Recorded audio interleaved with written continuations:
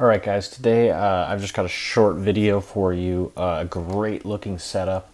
This is more of a Qullamaggie setup. I know I don't talk about him a whole lot, but I do, from time to time, I do take a look at the overall market. I just, any company that pops in my head, I just look up their stock, see how they're doing. Key Corp, it looks like a really great Qullamaggie setup, although it's not really his setup because the ADR is low, so this is more of a long-term position trade. Because usually he likes stuff that's moving faster. So this one, I wouldn't expect it to move super quickly, but it is a very low price stock, so it could move a little bit faster than a stock that has low ADR but is like a much higher price, right? We got Key Corp at a massive discount. This stock has historically made very big moves. It's very cyclical stock though.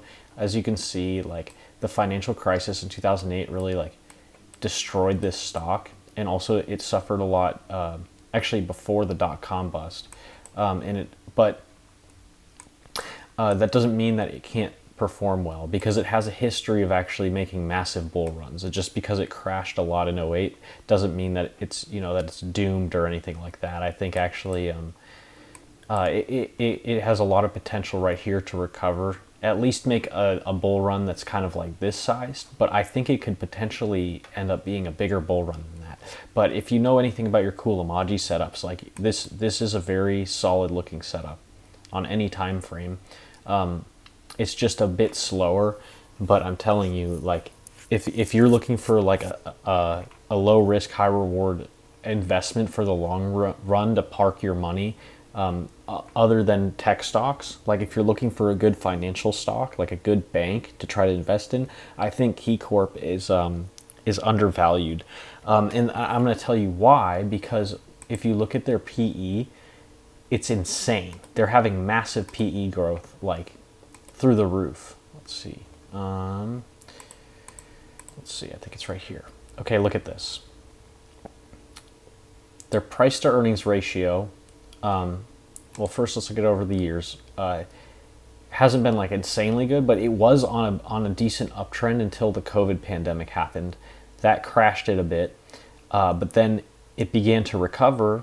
But then the 2022 bear market happened, so they suffered from that. But look at their bounce back since the bear market. Look, their PE ratio is almost doubled, and if you actually look, it has doubled, because their PE at the beginning of 2023 was 7, and then it went down to 6. But now look, it's at the 8, and then now it's 16. So in one quarter, their PE managed to double.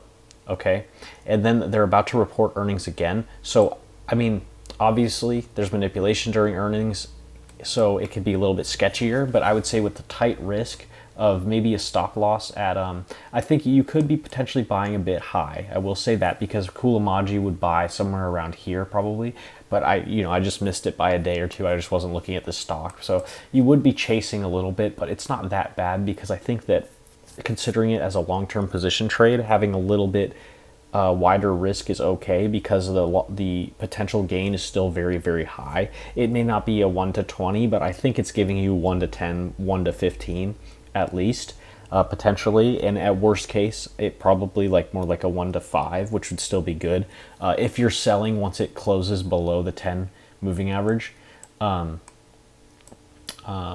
so I still think that even here it's justified. You could buy it a bit lower, wait maybe for a retracement. I would say like a stop just at like 15 flat, like right here at the low of this candle is fine.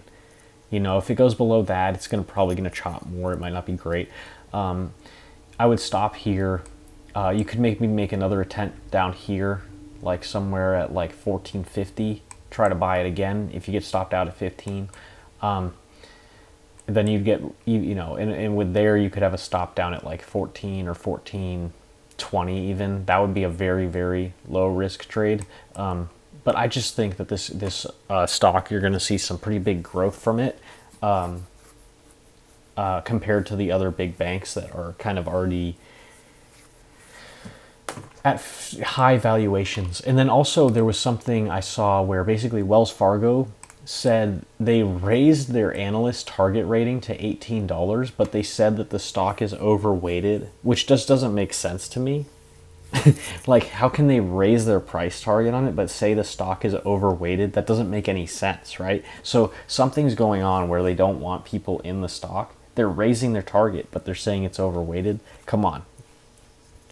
I mean, that's just telling you one thing. They're just trying to scare you, but they had to say they raised their price target. My price target on this is probably in the 20s, maybe even the 30s. Eventually, it could take years though. But again, so if you're looking for a long-term investment that could pay out a lot, I would say KeyBank is a pretty good setup.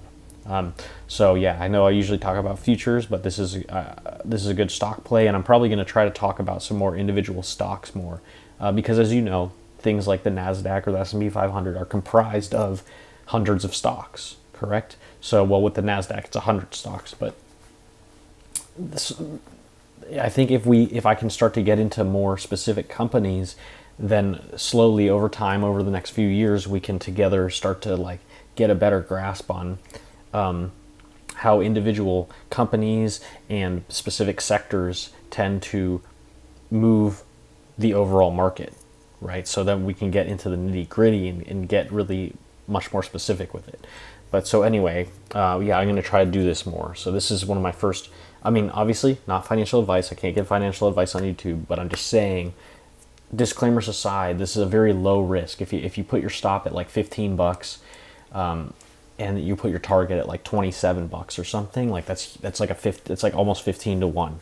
Okay, so you won't blow all your money risking that. You know what I mean? If you risk only a small percentage of your account on that and aim for that trade, if it doesn't work, it doesn't work. But there's a lot of potential right here, right? And there's fundamentals backing this company, right?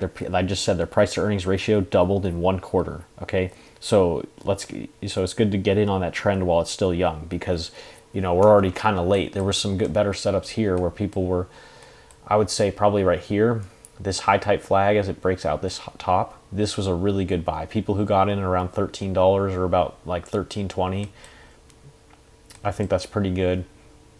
As you can see, there was a bit of a, they call it a shakeout demand tail right here, but this high volume candle right here has supported price fairly well multiple times. So kind of think about it like, even though this is a daily chart, think about my setup, my day trading setup on the futures, where it breaks out gaps, like candles close above the opening range candle, and then they trade back into it, and then it moves away from it. That's kind of what's going on here, right?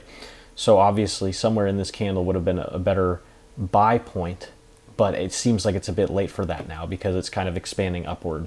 And so, but this is the Qullamaggie setup, is he's buying this breakout right here. He could have bought it maybe here if he's really expecting it to like break out, or he would have bought it like right here, breaking the high of this red candle right here. But so we're chasing, admittedly we're chasing, but again, if with even chasing here, you're getting 14 to 1, 15 to 1 on your on the risk of $15 and aiming for $27. So that's still a very good trade, right? So I would say it's not a bad buy. So anyway, take care, guys.